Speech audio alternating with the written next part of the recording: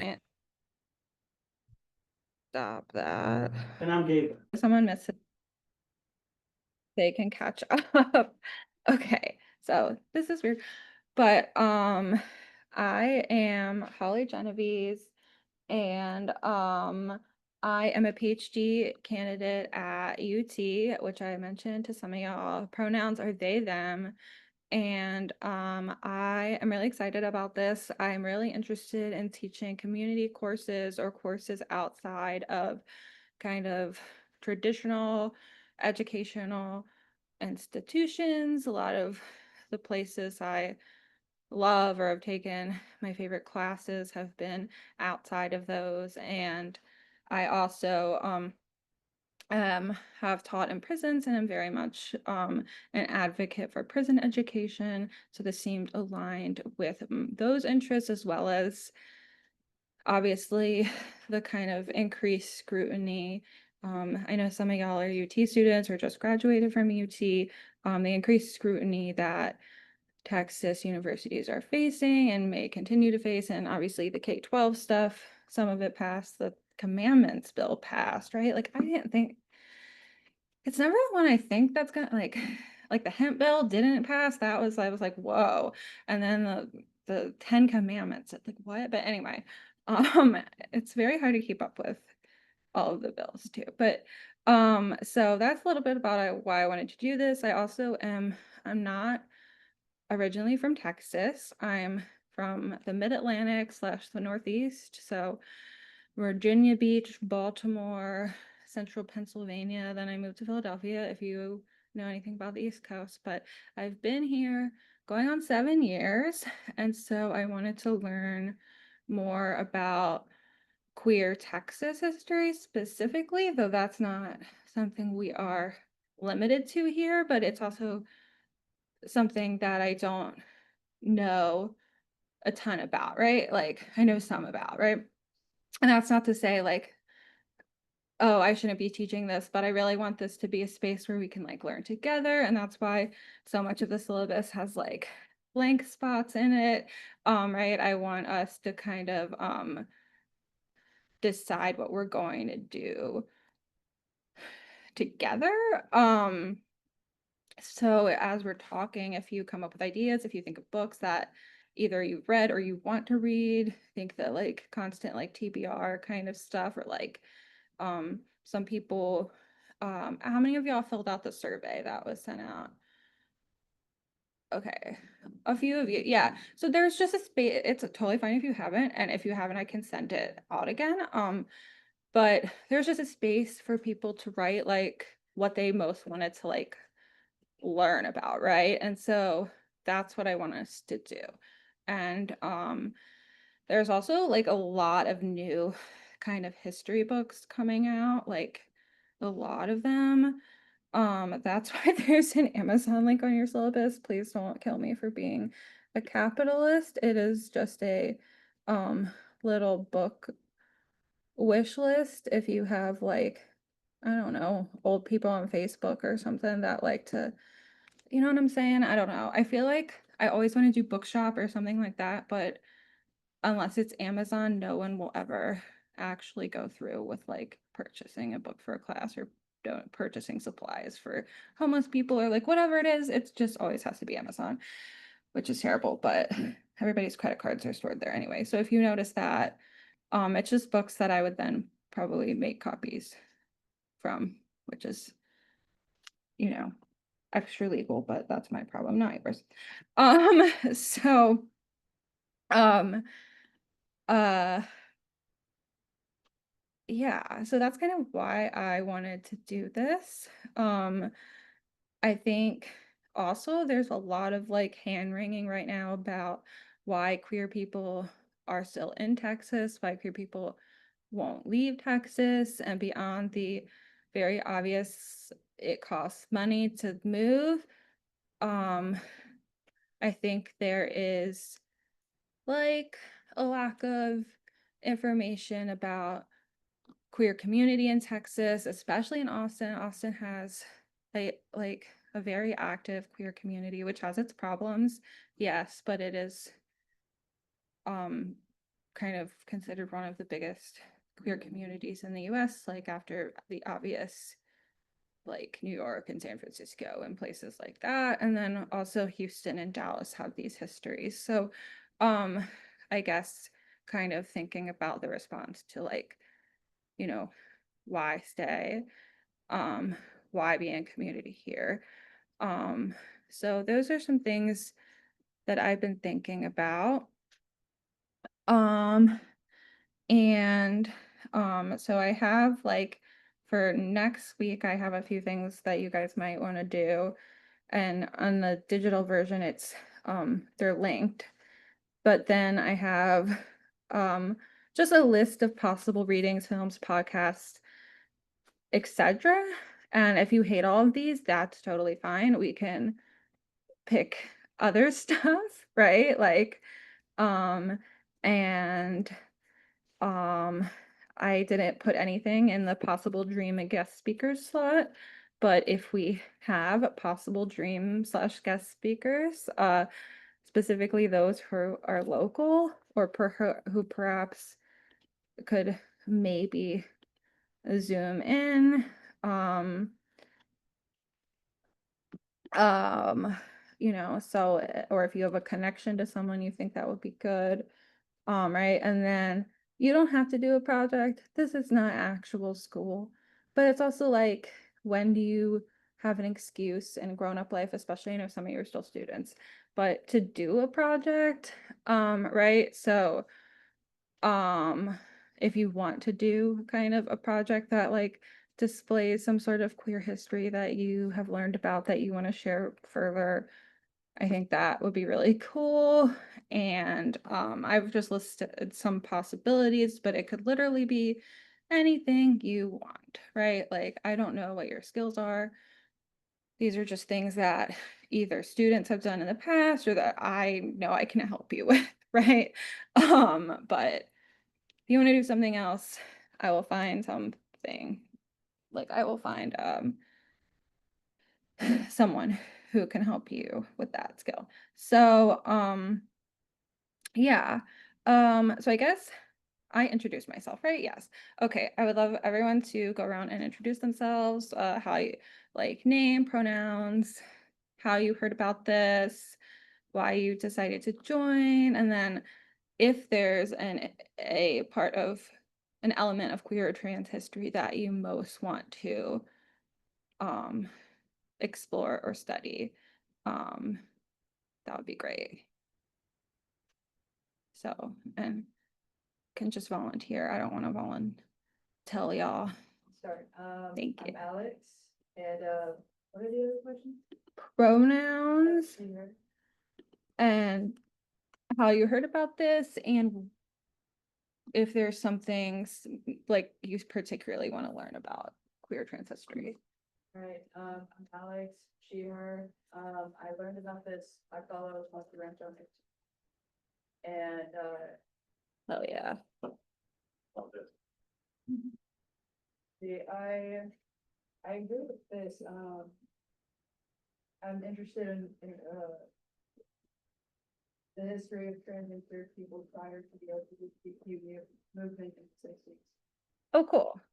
That was a really good one. And I think it's something that a lot of people are getting into right now or publishing books on. So lots of stuff to explore there. Thank you. I'm Graham. Hey there. Did you say Graham? Yeah. Okay, just wanted to make sure. I had it on the Instagram, and I told them to post my flyer on there. I'm very glad I did. I think that I'd be interested in learning about international history. I think I know like stuff. Yeah. International history. Okay, yeah, that's something that we will explore together because I am my PhD will be in American Studies, but like it is something I should learn more about too. Okay, who is next? Jude, she, her, I'm just gonna let. Thank you. Love that.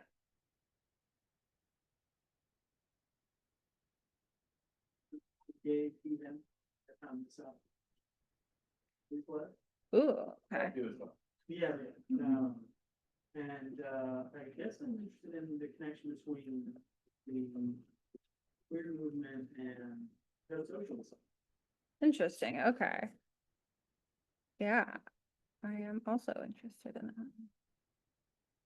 A lot of queer activists, especially Black queer activists, were socialists, but their history of kind of socialism was, I guess, toned down a lot. So I think that's also very interesting.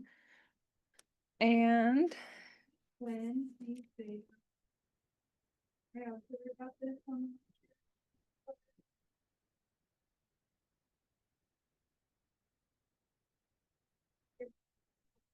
setting, but also evaluating version of history. yeah, that's awesome. Okay. And do you on Zoom, do you want to introduce yourself? Okay, let me, you can unmute. Let me, hold on, I'm gonna mic my laptop. This might not work, but go ahead. Sorry, I'm virtual, but I am Mika. I use she, her pronouns. I think I found out about this through some queer events page. I'm not sure which one. And I think I'm interested, like, currently in learning about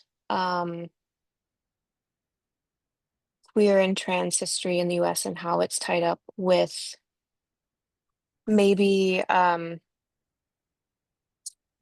like the working class liberation, unions, I guess, that kind of thing. Like I feel like that's also like prison abolition. Like how the struggles are interconnected, I guess, is what I'm kind of interested in right now. That's Awesome. all. Thank you so much for joining us. And we may have some other Zoom participants, hopefully, next week and in the future. I will bring my dongle. Why are they called that? And then I will be able to put the Zoom participants up on the screen, and it'll be a little less weird than me holding the mic up to the speaker. But you know, it's working kind of. So um yeah, that's really exciting. Y'all have like a lot of really like cool interests, and I'm really excited about this. I've said the word excited like 300 times. I apologize. So I think in our kind of like in the first um like bit of the class, I kind of have like focused on Texas queer and trans history, some of it pre-60s, right? Because I think that is not obviously taught. It's probably taught in some UT classes, say, or some ACC classes, but it's not taught K to 12. I mean, I did K to 12 in Pennsylvania. We didn't learn any queer history, right? Like, so I figured we could start there and work our way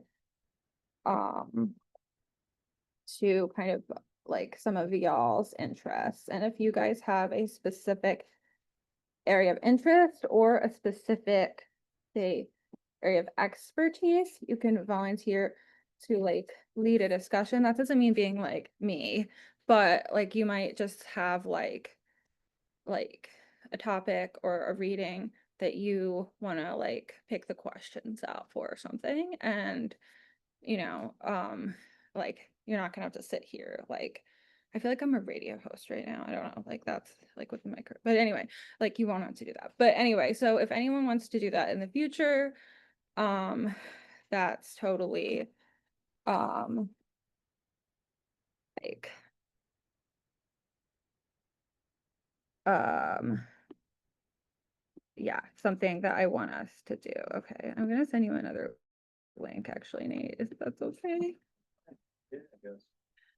You can put it on your CV here. computer science. I'm Nate, by the way, I'm the Monkeywrench representative. If you have any questions about volunteering or doing anything here, please ask. Sure, ask sideways. Is it? Oh, no. I think it's like vertical actually, which is kind of cool. Like, Oh, whoops. and if you weren't here when I said this, I'm not masked because for some people who need to read lips or need to hear, but as long as everyone else is masked and the air purifier is running, I think we should be okay. So that's what that's what I've read.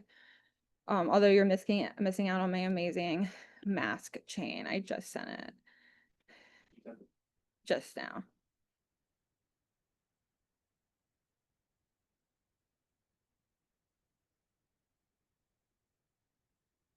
Which email? Got it. The volunteer one. Did you send the email also to Ian Schloss? By the way? I tried, but I got it came back wrong. The digital transgender archive has no specific search specified. Oh, the search is Texas. Cool. Okay, and then I'll put that on the screen.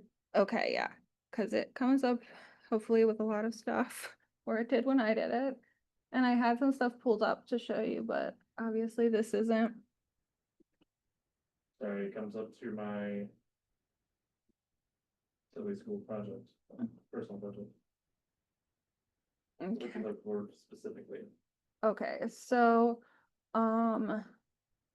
if you you actually search Austin.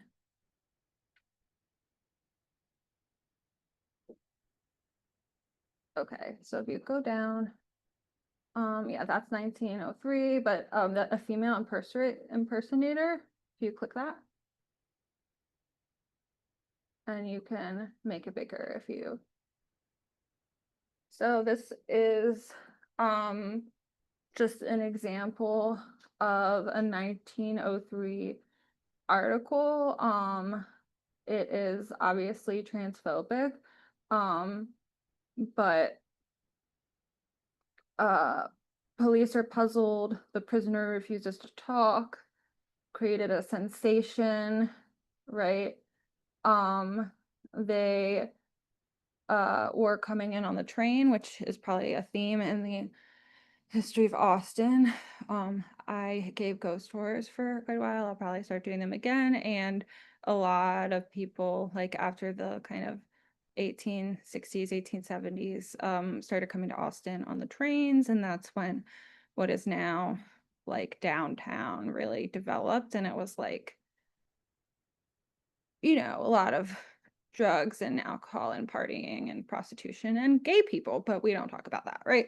So anyway, this is just an example of not great representation or even good representation, but representation of a possible trans person in Austin in 1903, except we didn't exist in 1903, right? Like, because apparently we were created like, I don't know when, the 60s or the 90s or whenever people decide, right, that like we trans people have just appeared. But so this archive, it's the Digital Transgender Archive, and I mean you can search it for Austin, you can search it for Texas, you can search it for whatever you want. And it goes from 1500 to 2024, though it really starts, you know, but 1900, the hits really pick up. There is some stuff in the 19th century. And so one of the things that I've asked, if you guys want to do homework, you don't have to do homework, but obviously this is all optional. But one of the things that I've asked or suggested that y'all do is look like just search a few things in this archive, like something you're interested in, or if you're from Texas but you're not from Austin, maybe search your hometown or city. I know a lot of people are, or just a year, I don't know, like, right, because this is turn of the century. So there's a lot of this like kind of this we have always existed, right? narrative in current like queer and trans activism, which is really important. And so I really wanted to like dig into that, and the history isn't always great. Sometimes it is, like, because sometimes people were just living their lives, right? And it was fine. And that's even more amazing, right? Um, or like no one ever knew, right? Until they died. Like, I don't know. There are like so many interesting kind of cases of this stuff. And a lot of the articles I found about kind of like Texans doing stuff was from Houston and Dallas. So I'd love to find more, you know, about Austinites. I mean, Austin was much smaller until, I mean, it's still smaller, but you know, like it wasn't this giant city until very recently. So that's got to be part of it. But um yeah, so this is one thing that I've discovered. Just the archive in general is really cool. Like there were 357 results just for Austin, right? So that's a lot, I think. um I also wanted to think about if we want to do any like, I don't want to use the word field trip, but field trips, if there's any kind of places in Austin you want to go, significant historical sites or kind of museums, archives. I do have the UT connection, so I could maybe try to get us to visit there, like into some of the libraries. So like if there are any spots that you really want to check out or people that you're really interested in, like that is always a possibility. I can give you my ghost tour, which is only mildly queer. It it's like no one is confirmed queer, and I'm convinced every single person who is like I talk about on the ghost tour is queer, because it's we talk about like the servant girl annihilator serial killer in the 1880s and 90s. Do you guys know about this? Oh my God. Okay, so this is a tangent, which I will do a lot, and I apologize. Um, but we had a serial killer in the late 19th century. I say we, Austin. I did not have a serial killer, had a serial killer, and it was grotesque. And they were named the Servant Girl Annihilator by O. Henry. So if you've ever been to the O. Henry house, it's a historic home. He lived here for a hot second. He's a writer, or was a writer.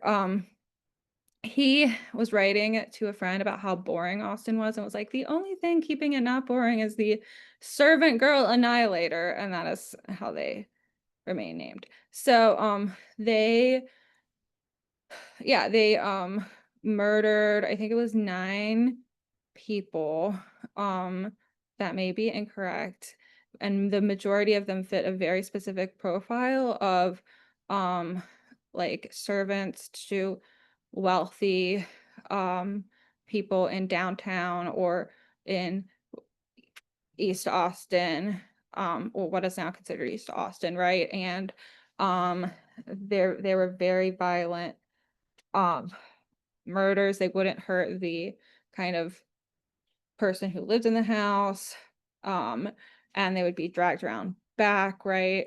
It was almost always a person, a woman of color, with someone making money independently. Some of them were thought to be queer. The servant girl annihilator was thought to possibly be queer. Like we don't, and they have never, like we still don't know who it is. Or it was, they're not, unless they're like a vampire, they are no longer with us. But and that's actually why the moon towers that Austin has, do you know the big light moon towers? We bought them from Detroit because Detroit got them and was like, these suck, they don't work very well, and bought new ones, and Austin bought them for real cheap. So go Austin, because of these murders. So it happened in like a few year period. But there's some books on, anyway, so we talked about that. We talked a whole lot about prostitution and brothels, but the main person I talked about was someone named Blanche Dumont, who like whose brothel was in Old Can Harry's, and she was this just like very fabulous, like draped in like satin and silk and fur and capes, and would go argue with politicians, like owner of a brothel that was in Old Can Harry's. And I'm like, but it's all straight apparently. So anyway, so I also think there's a history to downtown Austin that should be explored more thoroughly, if you will. And I got into that because I was, when you give ghost tours, people want like just something sensationalized. So if there isn't like, you're not, if you're not going to see a ghost, or your reader isn't going to go off or whatever, they want something like serial killer or a brothel or whatever, which is creepy. But so anyway, that's why I know a lot of that stuff. But I definitely think there's history here that predates um the 60s, especially because Austin, once the train got here, was just like freedom for a lot of people, right? Obviously not colonized people, just to clarify, but for white people who were escaping whatever they were escaping, it was like, oh, there's this weird little city with a lot of drugs.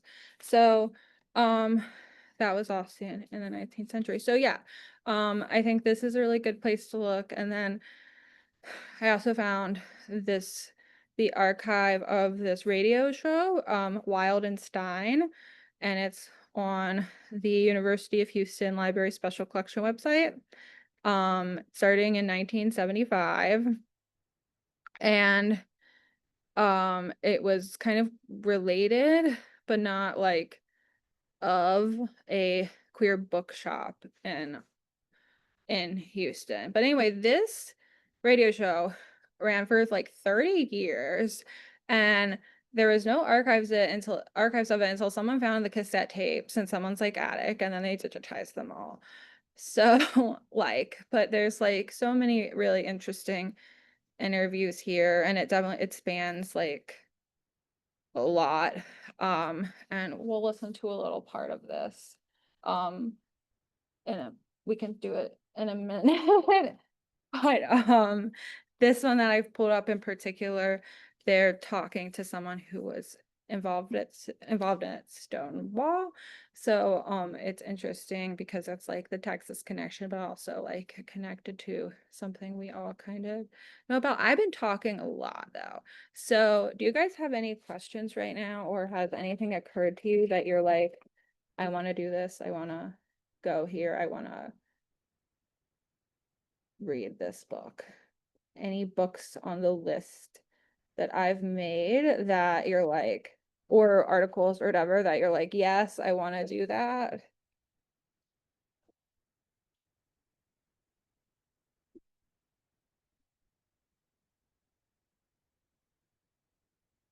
Yes. If I was looking for a broader, a broader book on the sort of history of queer and trans people in America, where would you say is a good start? Like an introductory test? An introductory would maybe be A Queer History of the United States, or if you want it to be like cute, that sounds ridiculous, but The Gay Agenda by Ashton Chess is like really good because it's like accurate, but they're illustrators. I don't know if you're familiar with Ashton Chess. They do a lot of like risograph printing and stuff and art, and so the book is like bright colored illustrations, but has a lot of like figures and important kind of queer moments. So that's a very kind of fun one, but a lot of the texts are much more specific. So I think we're just now getting like broader histories, honestly. Which is, yeah, which kind of sucks, but I'm glad that we're getting them now. Because I think it speaks to the inability to write like a broad-based queer history. But yeah, like anything that's like a queer history or yeah. And I love the gay agenda. And pretty art. So Thank you. yeah, of course. Anybody else? Has anybody read any of these books?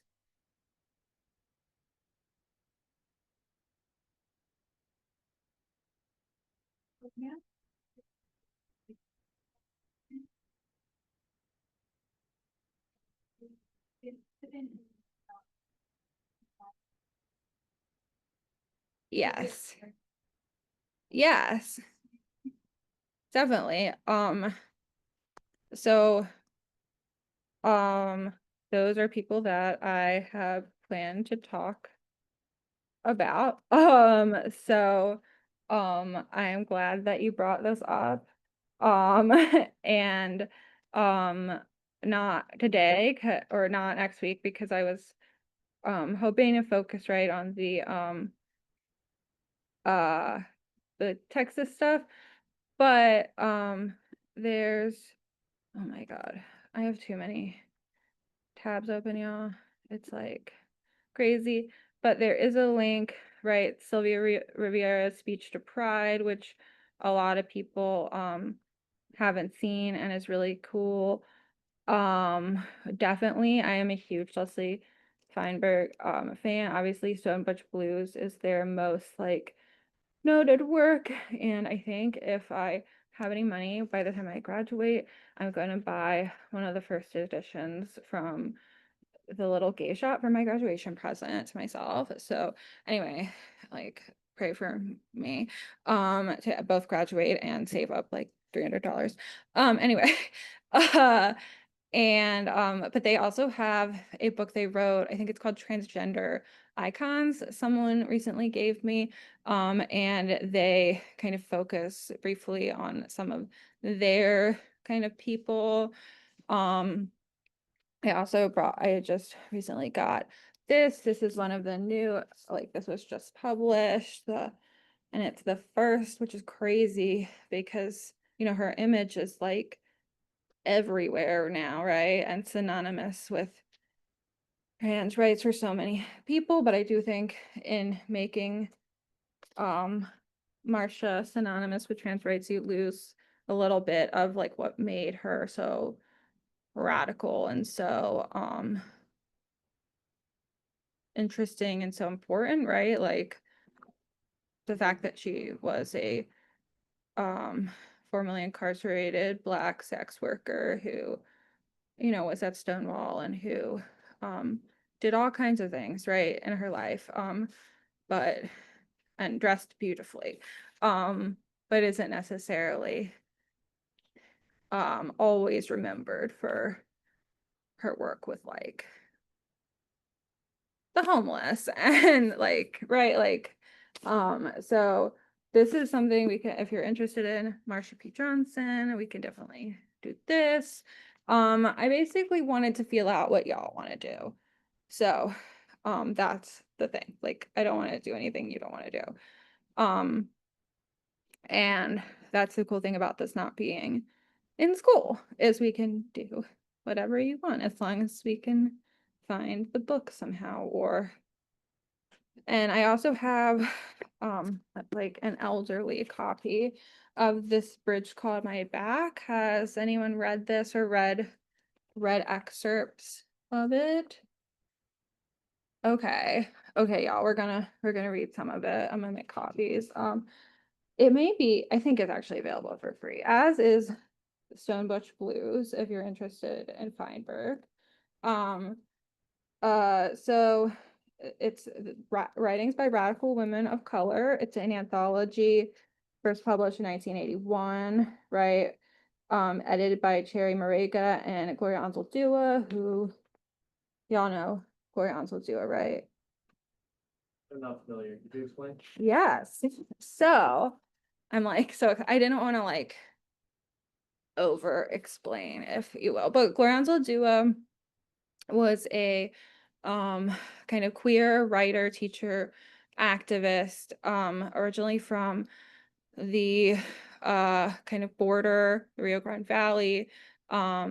She got her bachelor's degree and a master's degree in the UT system. I'm blanking because one of the schools doesn't, it was combined with something, or like, I will remember this, but where did she, okay, yeah, so she went to the University of Texas Pan American, which no longer exists, right? And it was kind of combined, I think, with UT-RGV and at some point, and then she did her MA in library science at UT Austin. All of her papers are here. They're at the Benson. When I say here, I mean in Austin. They're at the Benson at UT. That is the Latin American History Studies Special Collection. And she yeah, so she was from the border and was queer, and she writes a lot about the intersections of being kind of Chicana and queer, growing up in poverty in farming communities. So if you've heard of Borderlands slash the New Mestiza, that's probably her most famous book. It's kind of like a memoir slash, but it's like somewhat poetry. It's a like hybrid form of book, but it's called Borderlands. And what's interesting is she's like, she worked as a teacher for a long time, and then she was kind of an adjunct or a visiting professor all over the place, but she was never like firmly in academia, right? Both because of the prejudices of academia against, right, like people of color, against people who spoke Spanish as their first language, against queer people, against women, but also like she didn't want to be like of the institution, right? Like I think that was really important too. And so this, but now her work is like such a key kind of like touchstone in cultural theory, in feminist theory, in queer theory, right? Like it's like in academia, but she was not of academia, right? She had a master's degree, but she really worked in schools or had short-term positions. She wasn't considered academic. So this book basically is an anthology, writings by radical women of color. A lot of the, and it's edited by her and Cherry Marika, and they both kind of existed in this periphery of academia. They were writers, but not in, I don't know, I was going to say institutionalized, and they were not institutionalized, but like they were not of an institution, right? And their writing, a lot of it is about, some of it is about like, why not like academia? Some of it is about homophobia in Chicana culture and Black culture, right? Some of it is about racism in queer cultures. Some of it is about being a mother, right? This is where Audre Lorde's The Master's Tools was first published, right? If you know of that. Master's Tools will never dismantle the master's house. And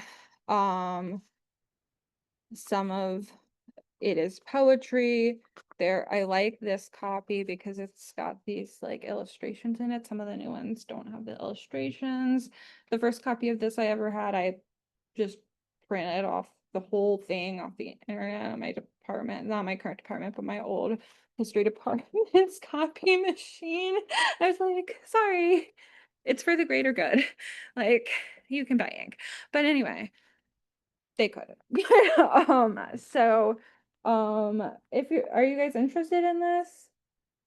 Okay, because there's definitely like a Texas element, and there's the biographical kind of elements that you were looking for, and it's definitely something that switches form, right? Like essays, poetry, switches topics, and it's definitely like a classic.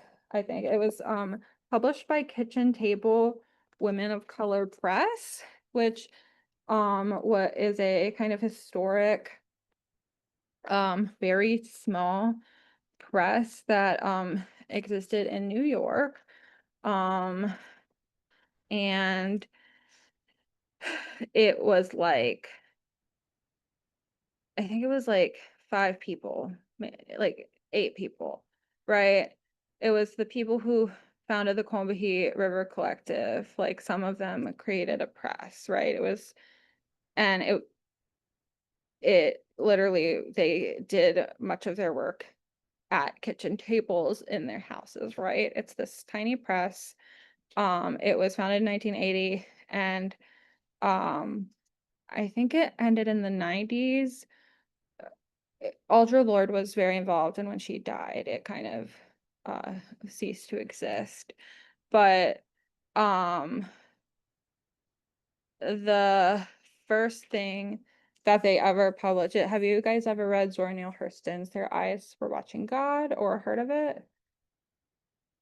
It's a classic of African American literature, right? And it was originally published in the 1930s. It is about a woman, Janie, who kind of comes back home to Florida, and it's a beautiful novel, but it had gone out of print, right? And so Barbara Smith, one of the people in the Combahee River Collective, was like, why can't I find a copy of this book? This book was famous, right? Like during the Harlem Renaissance, like she was like in it with like Langston Hughes and like all these like dudes. And then her work was like out of print. And so the first thing they ever printed was they reissued that that novel, which is often taught in high schools now.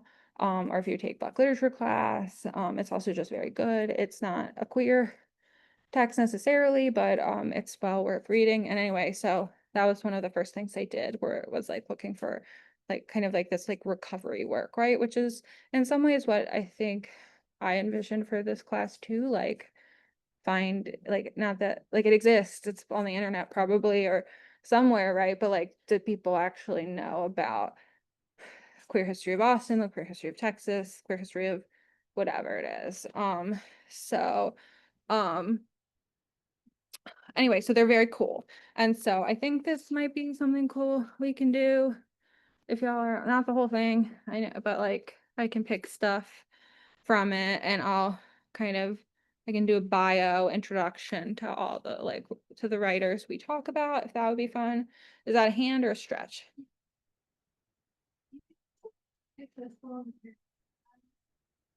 Probably. And it's probably just if you Google PDF. Which, uh, what? which one? This bridge called My Back. It's probably just like yeah. Like I just was just looking it up on LibGen, Library of Genesis. You can find a lot of really good literature there.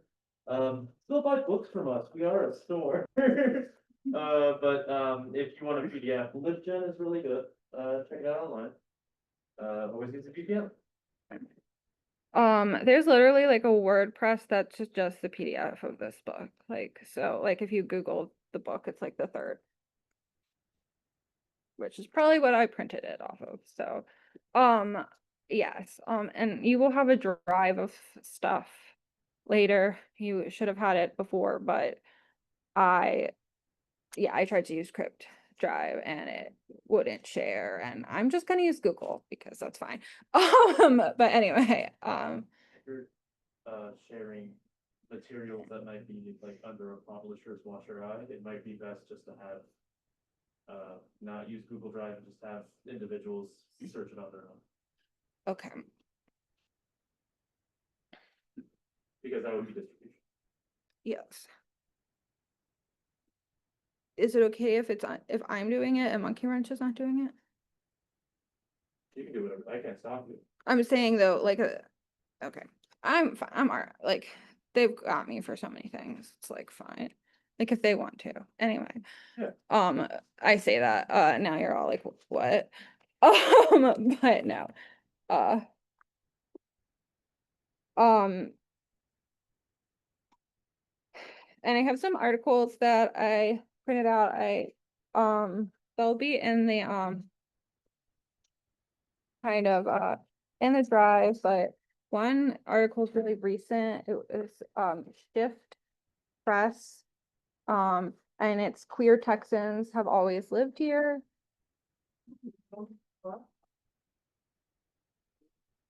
And we must look to queer placemaking of the past to understand the present and imagine the future. It looks like this, and it's it's about Houston, but it's really great. And I don't know, I think something like this about Austin would be really interesting too. Like who are our queer historic people, places, do we must have them, right? I don't know. And also just this, yeah, I think this is like that answer to a lot of people's questions of why aren't you leaving? Why be queer here? Why learn here? Why do anything here? And then I also I don't know if you guys know about this, but in doing some digging about queer Texas history, um one of the earliest people to do I guess like um kind of gender affirming surgery and gender affirming care in the United States was a doctor in Galveston, which is not necessarily where I would have expected. Um, so he Walker was his name, right? Making sure I got it right. Yeah, so um and he was doctor in the 1970s, and through like the 90s when he moved to San Francisco. But the University of Texas Medical Branch at Galveston did a lot of the first kind of gender reassignment surgeries in the United States, and was like did a lot of the earliest, I mean, and we were behind many countries to clarify, right? Like Germany, as you may know, pre World War II, pre-Holocaust, was very advanced, but some of the earliest known, right? We don't know what was happening like in secret necessarily, but was in Galveston. And I think that's really interesting. They are known for a lot of hospitals, but they aren't necessarily known for trans history. I know them for having the big prison hospital right there. But that's like one of the things I know about Galveston. Also, my grandfather was stationed on a boat there in World War II. I requested his stuff from the National Archives, thinking like, oh, maybe he was in like a different kind. No, he was in Galveston. I was like, really? Anyway, we're not from Texas. I mean, I do have an uncle in Texas, but anyway, it was just like a full circle moment there. Anyway, but so this history is something that I just learned about, and I don't think did anybody know this? That some of the first kind of gender affirming care for trans people was in Galveston. Yes, and the doctor did eventually move to San Francisco. And the clinic kind of closed up in the 90s, but that's just like I don't know, just something I was like, oh, okay. And so I don't know, finding what that history is in Austin, I guess is what's interesting to me. But going back to books, there any other books that y'all that jumped out at you, or that not that are not on my list that you're like, I want to read this? That um that that are new, or that you're confused as to why they're on the list, that is also valid. Um,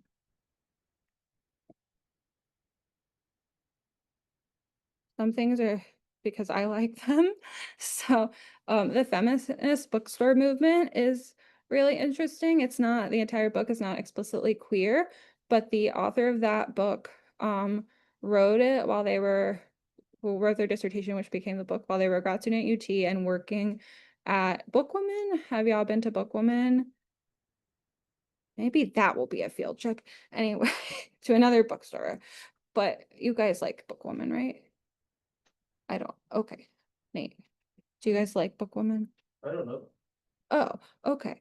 So Bookwoman is a kind of queer and feminist bookstore that in Austin. It's on Lamar, like kind of near like Tataya's and the Goodwill and that little cactus store. It's like right in there, but it's tiny.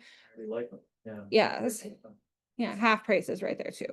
Like, so they're celebrating their 50th anniversary this year, which is crazy. And for a feminist bookstore, just in general, because there are not that many of those. And the proprietor has been running it the entire time.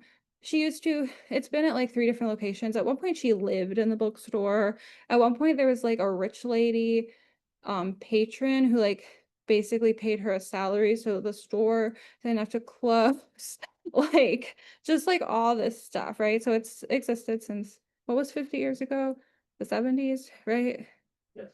Okay, thank you. I don't know what year it is. This is what happens when you're in school for your entire life. But she is a very cool person. And the bookstore itself. So anyway, but the bookstore movement was a graduate student at UT, was working at the store during graduate school, ended up writing her dissertation on feminist bookstores, and part of that book is about Bookwoman and that history in Austin. So that's also something we can explore. And yeah, it's just really interesting that we that Austin has one of these bookstores when there are fairly few. I love them. I do wish they would turn the air conditioning up sometimes, but I know they're poor, so I understand why they don't. But yeah, I like, and they'll order you anything if they don't have it, which I assume Monkeywrench will too. Well, maybe not anything, but yeah. So it's just another good indie to support. And it's their 50th anniversary, and I'm like very like want them to throw a big party. Um, and I mean, that could be a project too. Like if someone wants to do a project like on that history or on the on Sue who has worked there, like a little zine or just whatever. But anyway, so that, if you were wondering why that was there. And then it came from the closet. Have you guys heard of this? It's one of my favorite books. It's an anthology. It's like queer people, queer writers, react, like talking about why they love horror, their relationship to horror. It is not history, but it is one of my favorite books. And so if you like horror or queer horror, I am always down to talk about that. And I think I have a PDF of that. So which I can email if people are interested, and we can always talk about horror and queer horror here. That's like my thing. One of my things. I have a lot of things, but one of the classes I taught at UT has been haunting in American culture. And it's kind of a bait and switch. It's like, we're going to talk about ghosts, except it's all about like slavery and colonialism and queer people and whatever. And then, so, it is a little bait and switchy, but it is also about ghosts, and it's a very fun class to teach. Anyway, so that's why those two are there. If you're like, those don't necessarily have the same vibe. But I think that's mostly what I have for you today. I wanted it to go till 7. I wanted to let you listen a little bit to that clip, just because I want you guys to want to listen to some of these. So maybe we could just listen to like a little tiny bit, see if they're into the Wildenstein.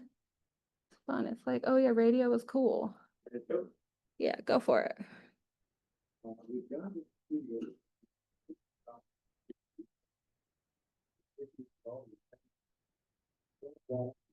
New York.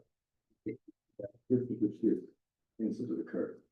Tony, the history about Christopher Street is getting awfully romantic. In a short few words, can you tell us about what happened?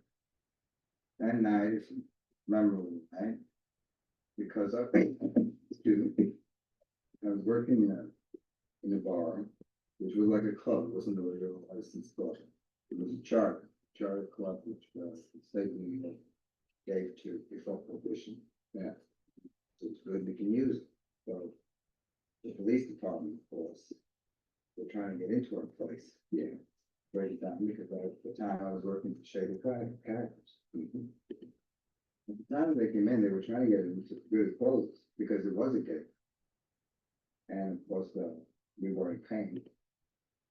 Well, I understood we weren't paying. I don't. Okay, I mean, that's a big deal. They weren't being paid.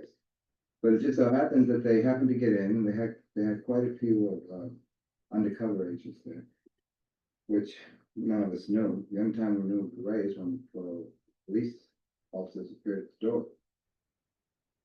And they wanted to take management. So thank God I was on the floor that day. You didn't recognize. And they didn't recognize me, and I very carefully turned around and spoke to a kid, one of the kids that I knew. It's just everything he said they would manage to pay him off $50. There's no worry, I'll get you out. Okay. So they took the main people, the bartenders, and then they started getting customers. Well, you gotta figure we had close to 500 people in a big bar. So they turned around and as they're buying up the competitor, very simple. If you start running, they can't catch us all. So before you know it, bingo, we were all running from one direction to the other. They turned around and they were going, wow, and we try to get after it. There's a little park right across the street from someone, which was most gays hanged out there in and partied there. Well, they drank beer and whatnot. The beer cans started flying toward the police. The rocks were being picked up. They were going all which way. They called for reinforcements. Well, Greenwich Street is like over here in Westheimer during the Montrose. And you gaze up and down, and this news spread like wildfire all the bars. And bingo, they were leaving the bars and coming to the Stonewall. See what was going on. That's where the action was. And that was where the action. Rocks, balls, things were being put down. There were some arrests. Thank God I wasn't one. How many people were arrested? Do you recall? I don't recall. I think there was about two loads in the wagons. The wagons held about 36. Who were these people, Wendy? Would you say they Regular customers. regular customers? I mean, is it the kind of crowd that hangs out at the Baja Sands, or the kind of crowd that hangs out at Numbers, or the kind of crowd that hangs out at that time? Can we equivalent Dirty South? No, it's like the Derby Side crowd, which I'm managing, you know that, is it's a regular working crowd, who have good jobs, executive jobs. I really don't wanna pinpoint the characters that come in because they're all coming. Yeah, well, what about, you can't do that then. You can't do that because that Texas is a different type atmosphere. Texas here in the gay community are, well, I don't want that. Well, I've heard The of gay Texas. community get mad from me, but they're drinkers. Yeah. They're drinkers. They're not Good like night, they used to bar be. visitor. They drink and they're strictly alcoholics. I don't want to say But that. what I hear, the romantic. Okay, you stuff, can stop here. So, So some of these people are characters, but This was Houston in the 70s. I didn't know what any of those bars he was talking about were, but it's cool that they existed, or maybe like some of them still do. I don't know. Um, and yeah, and there's just 30 years worth of that radio show that just is on the internet. So I would love if you guys like just look through a little bit, and like if you find one that you're like, oh, this is like really interesting, or that highlights a figure that you're really interested in, or something you really want to talk about, that would be cool. But yeah, I just wanted today to be like an introduction, and like I know this isn't like a we're gonna read this and this and this and like a syllabus day in the traditional sense, because I wanted to make it together, which is a little woo-woo of me, but that's what I do. Any questions for the whole group? If you have questions just for me, then we can do that after. Yes. If we like end up having the Institute Thursdays, would it be fine to just like still pop in and catch up? Oh, absolutely. Like, I don't want to say nothing will build on anything, but also that's totally fine. And yeah, you'll be able to jump in. And I'll probably have the Zoom recordings too, so I can send those out to the list of people I have, in case you want to hear the discussion. Other questions? Yes. Not a question, but I guess like my thing is I feel like I don't art history at all. Mm-hmm. So yeah, I guess I want to figure out like what I need to know. Mm-hmm. Like, okay, yeah. I don't know either. We will figure that out together. And I think that's part of what's hard when a history is so kind of suppressed for a long time. It's like, what is valuable? What is important? Other questions, comments, concerns? Things, does this sound good? Like, how are we feeling? So we can change the whole thing. Like, that's fine too.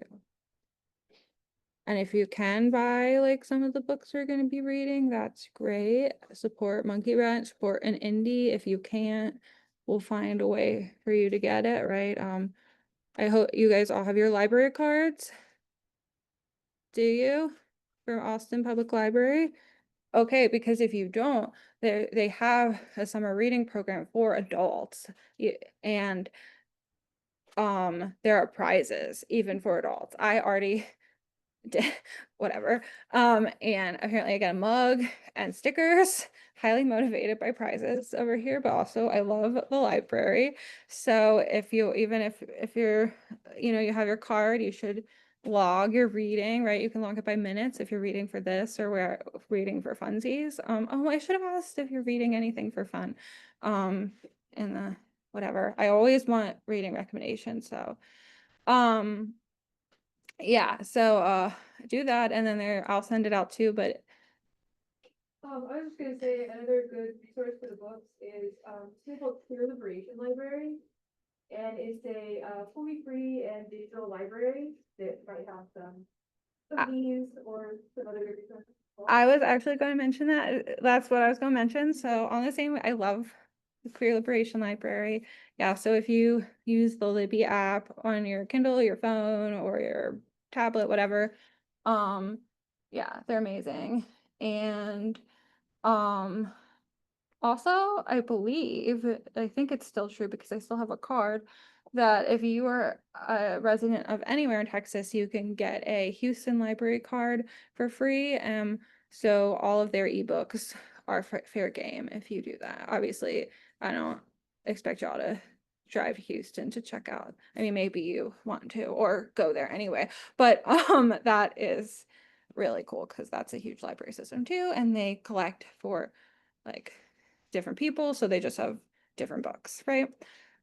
I love libraries, but yeah, if you can support indies, do that.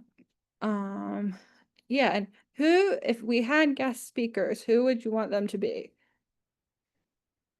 Yes. Could you get, any other either, graduate or PhD students from UT? I think that'd be good. Yes, that is probably the easiest thing Exactly. I could do. You could get staff or faculty, if that's something you're interested in, but I understand that's their bread and butter.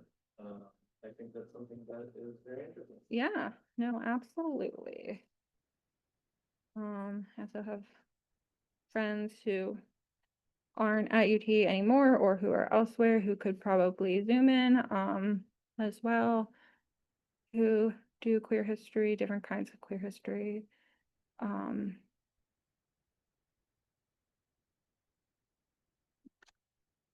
do you guys how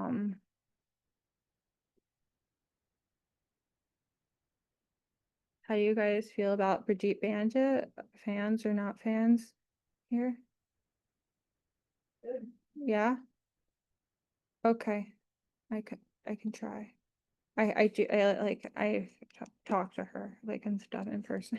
Like I'm not just like, hello, please come here. You're famous. I mean, she's Austin famous, but she's still famous. But I thought that would be cool, especially since she was very politically involved. I mean, she always is, but very, very involved. It's exhausting legislative session. I guess it would like to hear from like, I don't know if you know any like old timers that like have like stood. Yeah, absolutely.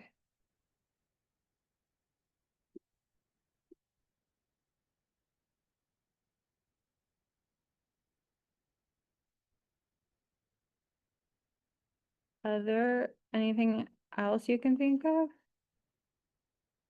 Maybe I can get my great uncle to zoom in. He he lives in Houston. He came out in the 60s in Baltimore, after Vietnam, where he met his husband. And then he moved to Houston and has lived there ever since. And I'm like gonna do an oral history with him. He's 89 years old. Anyway, and he's the cutest person ever.